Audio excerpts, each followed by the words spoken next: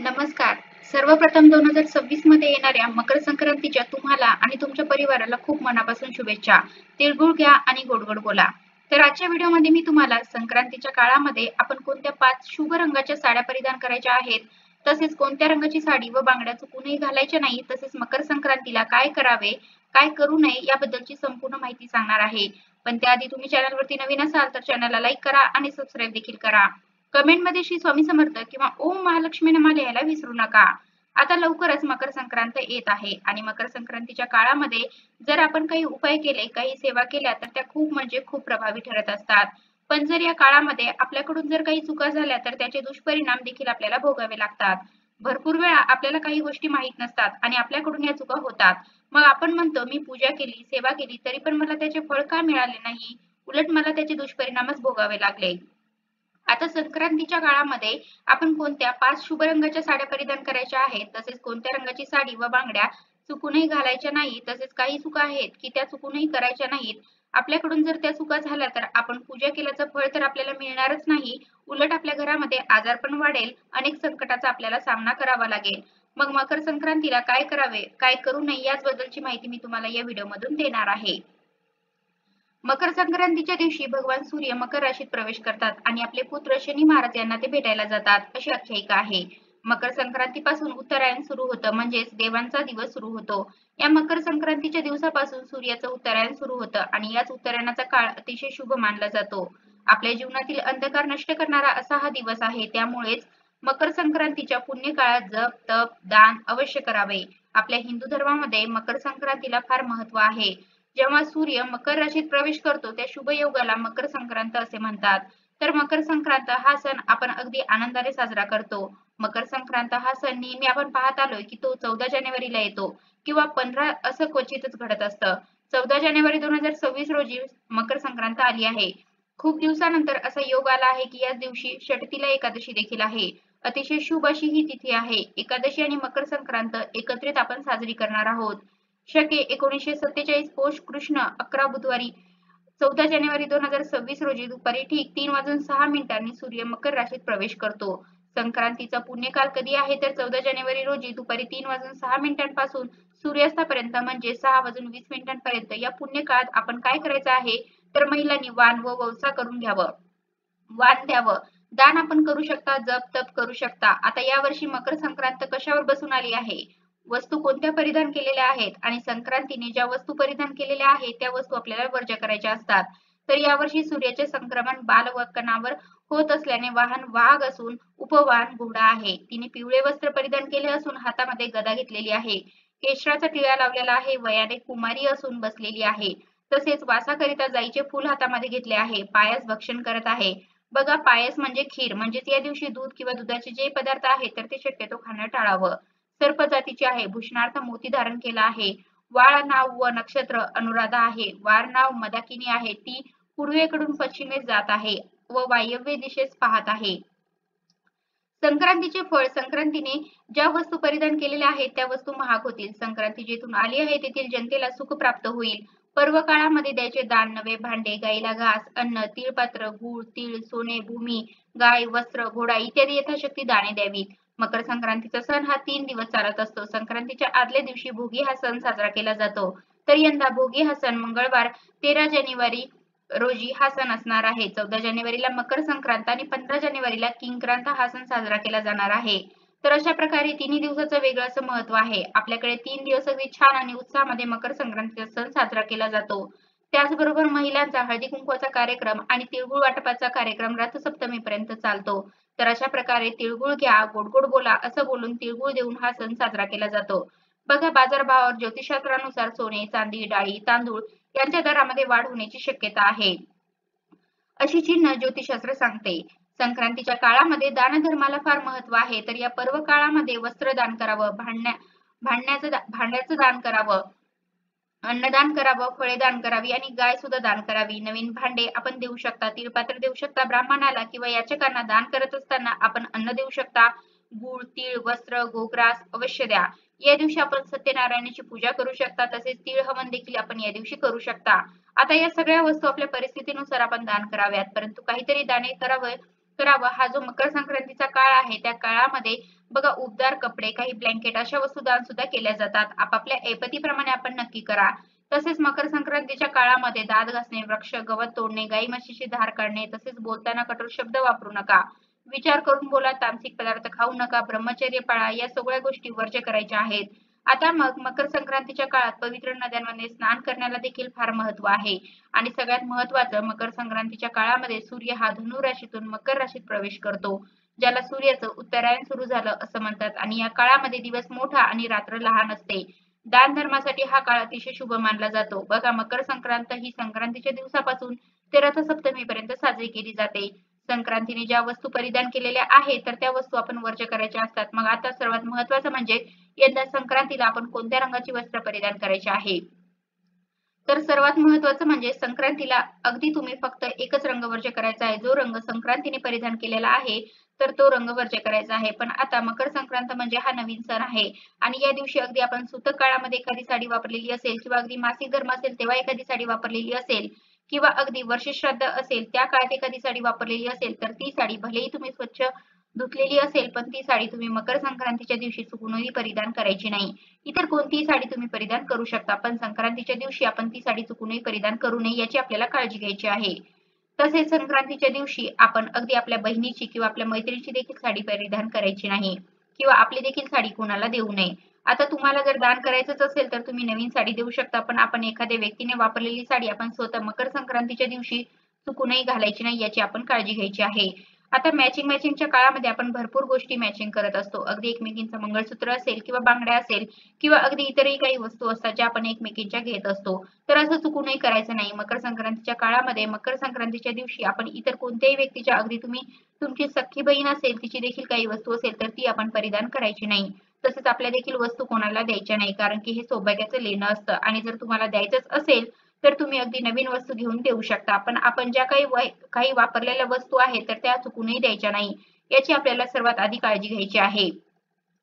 आता मकर संक्रांतीच्या दिवशी आपण कोणत्या 5 शुभ रंगाच्या साड्या परिधान करू शकता. तर पहिला आहे तर तो म्हणजे हिरवा रंग. हे जग निर्माण करणारी, ते रुजवणारी, वाढवणारी आणि सांभाळणारी प्रत्येक गोष्ट स्त्रीलिंगी गणली जाते. ती पृथ्वी, धनीमाता तसेच प्रकृती आणि स्त्री या पुनर्जन्म देणाऱ्या सुपल मानल्या जातात. निसर्ग आणि स्त्रीमध्ये अभूतपूर्व असे नाते आहे जे सर्जनशीलता आणि रजस्वाचे प्रतीक दर्शवते. हिरवी साडी नेसलेली स्त्री आणि हिरवी शाल पांघरलेली डोंगररांगा यांचं कौतुक तर नेहमीच केलं जातं. हिरवा रंग निसर्गाचे देखील प्रतीक मानलं जातं. सौभाग्याचं लेणं म्हणून स्त्री हिरव्या रंगाची वस्त्र परिधान करतात. लग्नामध्ये तर हिरवी साडी घालणं ही अनेक ठिकाणी प्रथा आजही सांभाळली जाते. प्रत्येक सुवासिनीच्या हातात हिरव्या रंगाचा चुडा अगदी शोभून दिसतो. हाच हिरवा रंग समृद्धीचे प्रतीक आहे. ही समृद्धी फुललेल्या शेतमळ्यातून आणि बहरलेल्या फुलापानांपासून देखील दिसून येते. स्त्रीच्या आयुष्यामध्ये देखील हिरवा रंग सौभाग्याचे लेणं म्हणून अत्यंत जवळचा मानला जातो. अगदी देवीला देखील हिरव्या रंगाची साडीची ओटी भरली जाते. यामध्ये सुद्धा हिरवा चुडा दिला जातो. लग्नावेळी हळदी समारंभामध्ये आजही हिरवी साडी नेसली जाते. हा रंग पोषकता आणि शांतता दर्शवतो. हिरवा रंग हा मूळ रंगांपैकी एक आहे. याचा अर्थ निसर्ग निर्मितीमध्ये तो अनादी काळापासून आहे. त्यामुळे हिरव्या रंगाचे सौंदर्य आणि निसर्ग प्रत्येकाला भावते. निसर्गाचे हे सौंदर्य पाहून प्रत्येकाची मन सुखावते. निसर्गासोबत घालवलेला काही काळ सुद्धा मन सावरतो आणि भरवतो. त्यामुळे हिरवा रंग हा प्रत्येक स्त्रीला भावतो. त्यानंतर अगदी तुम्ही गुलाबी रंगाची देखील साडी परिधान करू शकता. प्रत्येक महिलेच्या कपाटामध्ये अगदी 2 ते 3 गुलाबी कलरच्या साड्या ह्या असतातच. गुलाबी रंग देखील हा खूपच शुभ आहे. गुलाबी रंग हा महिलांचे प्रतीक आहे ही संकल्पना खूप नंतर आली. यामागे एक दीर्घ ऐतिहासिक आणि सांस्कृतिक प्रवास आहे. तसेच गुलाबी रंग हा केवळ महिलांच्या फॅशनचाच एक भाग नाही तर तो त्यांच्या कोमलता, सौंदर्य आणि स्त्रीत्वाचे प्रतीक मानला जातो. त्यानंतर अगदी तुम्ही लाल रंगाची साडी देखील परिधान करू शकता. हिंदू धर्मानुसार लाल रंग उत्साह, सौभाग्य, उमंग, धैर्य आणि नवीन जीवनाचे प्रतीक आहे. लाल रंग तीव्रतेचे देखील प्रतीक आहे. हा रंग अग्नी आणि मंगळ ग्रहाचा देखील रंग आहे. हिंदू धर्मात विवाहित महिला लाल रंगाची साडी आणि हिरव्या बांगड्या घालते. निसर्गात लाल रंगाची फुले किंवा त्यांच्या रंगसमूहाचे अधिक प्रकार आढळतात. देवी लक्ष्मीला लाल रंग आवडतो. महालक्ष्मी लाल वस्त्र परिधान करते आणि लाल कमळावरती विराजित असते. लाल रंगासह केशरी देखील सूर्योदय आणि सूर्यास्ताचा रंग आहे. हा रंग चिरंतन, सनातन, पुनर्जन्माच्या संकल्पना सांगतो. लग्नात देखील लाल रंगाचा वापर अधिक दिसून येतो कारण हा रंग मांगलिक कार्यात शुभ मानला जातो आणि आयुष्यातील प्रगतीशी संबंधित आहे. तसेच तुम्ही अगदी केशरी रंगाचे वस्त्र देखील परिधान करू शकता. भगवा रंग त्याग, ज्ञान, शुद्धता आणि सेवेचे प्रतीक आहे. छत्रपती शिवाजी महाराजांच्या सेवेचा ध्वज, रामकृष्ण आणि अर्जुन यांच्या रथांचे ध्वज केशरी रंगाचे होते. केशरी रंग शौर्य, बलिदान आणि वीरता याचे प्रतीक आहे. सनातन धर्मात भगवे रंग मुनी आणि संन्यासींनी घातले आहे. जो मोक्ष म्हणून मोक्ष मार्गावर चालण्याचा निर्धार करतात असे संन्यासी स्वतःच आणि त्यांच्या कुटुंबातील सदस्यांचे पिंडदान करून सर्व प्रकारच्या आसक्तींचा त्याग करून आश्रमात राहतात. केशरी वस्त्रांना संयम, दृढ निश्चय आणि आत्मनियंत्रण यांचे प्रतीक देखील मानले जाते. आता यानंतर तुम्ही अगदी आकाशी रंगाची साडी देखील परिधान करू शकता, कारण की भरपूर महिलांना आकाशी रंग देखील आवडतो. तो देखील एक शुभ रंग आहे. त्यानंतर जांभळ्या रंगाची साडी देखील तुम्ही परिधान करू शकता. जांभळा रंग हा सर्जनशीलता आणि अध्यात्मासाठी एक अविश्वसनीय शक्तिशाली रंग आहे. आता आपण या रंगाच्या साड्या परिधान करू शकता. गुलाबी, हिरवा, लाल, केशरी, जांभळा तसेच आकाशी रंगाची देखील साडी तुम्ही परिधान करू शकता. अगदी काळ्या रंगाची साडी देखील तुम्ही परिधान करू शकता.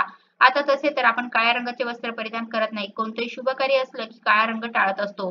पण मकर संक्रांतीच्या दिवशी आवर्जून काळ्या रंगाचे वस्त्र परिधान केले जातात.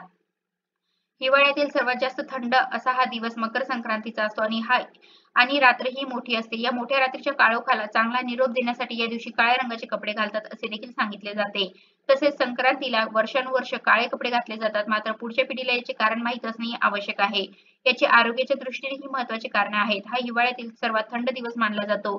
म्हणूनच काळ्या रंगाचे कपडे घातले जातात. इतर रंगाच्या तुलनेमध्ये काळा रंग हा उष्णता अधिक शोषून घेतो आणि थंडीपासून संरक्षण करण्यासाठी याची मदत होते. अगदी मकर संक्रांतीच्या दिवशी लहान बाळापासून मोठ्या व्यक्तीपर्यंत काळ्या रंगाचे वस्त्र परिधान करतात.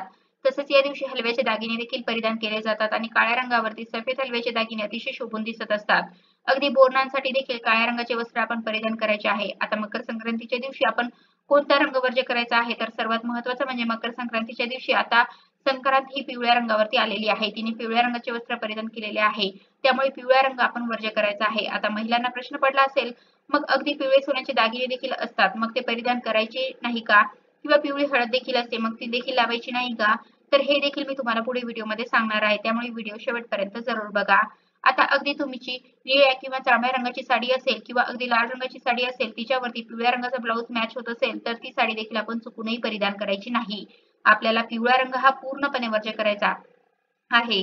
पिवळ्या रंगाची कोणतीही साडी आपण चुकूनही परिधान करायची नाही, याची आपल्याला काळजी घ्यायची आहे.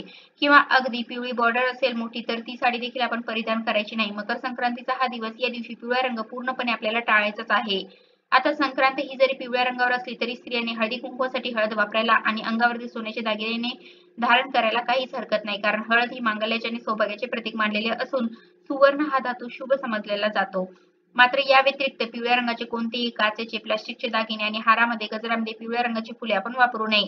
त्याचप्रमाणे आपल्या पोशाखासाठी मॅचिंग अशा पिवळ्या रंगाच्या टिकल्या सुद्धा वापरू नये. थोडक्यात यावेळी संक्रांतीसाठी पिवळा रंग आपण वर्ज्य करायचा आहे. मग ज्या काही पिवळ्या बांगड्या आहेत, तर त्या देखील आपण परिधान करायच्या नाही. आता जर पिवळ्या सोन्याच्या बांगड्या असेल, तरी अशा वेळेस तुम्ही त्या बांगड्या परिधान करू शकता, कारण की त्या धातूच्या बांगड्या आहेत. तसेच हळद ही सौभाग्यवती स्त्रीसाठी खूप महत्त्वाची आहे. त्यामुळे हळद आपण वापरू शकतो. तसेच अगदी सोन्याचे दागिने पिवळ्या रंगाचे असले तरी ते वापरू शकतो. फक्त जे काही प्लास्टिकचे दागिने असतील, तर ते आपल्याला चुकूनही पिवळ्या रंगाचे असतील तर ते वापरायचे नाही. पिवळ्या रंगाच्या बांगड्या असतील तर त्या देखील वापरायच्या नाही. मग आता बांगड्या कोणत्या परिधान करायच्या, तर तुम्ही हिरव्या रंगाच्या बांगड्या परिधान करू शकता किंवा लाल रंगाच्या बांगड्या परिधान केल्या तरी पण चालेल. आता आपण बांगड्या घालताना काही नियम पाळायचे आहेत. काही चुका या चुकूनही करायच्या नाहीत. आता पिवळ्या रंगाच्या बांगड्या परिधान करायच्या नाही. त्या व्यतिरिक्त काही चुका आहेत तर त्या आपल्याला करायच्या नाहीत. बांगडी हा एक अलंकार आहे की ज्यामुळे स्त्रिया सुंदर दिसतात. सध्याच्या काळात मात्र काही महिला बांगड्या घालत नाहीत. त्यामुळे मोठ्या संख्येने महिलांमध्ये कमजोरी आणि शारीरिक शक्तीचा अभाव दिसून येतो. लवकर थकवा येऊन गंभीर आजार होत असल्याचेही समोर येत आहे. पूर्वीच्या काळातील महिलांना अशा समस्या नव्हत्या. पूर्वीच्या महिलांचे खानपान तसेच त्यांचे नियम आणि संयम यांच्या निरोगी जीवनासाठी उपयुक्त ठरत होते.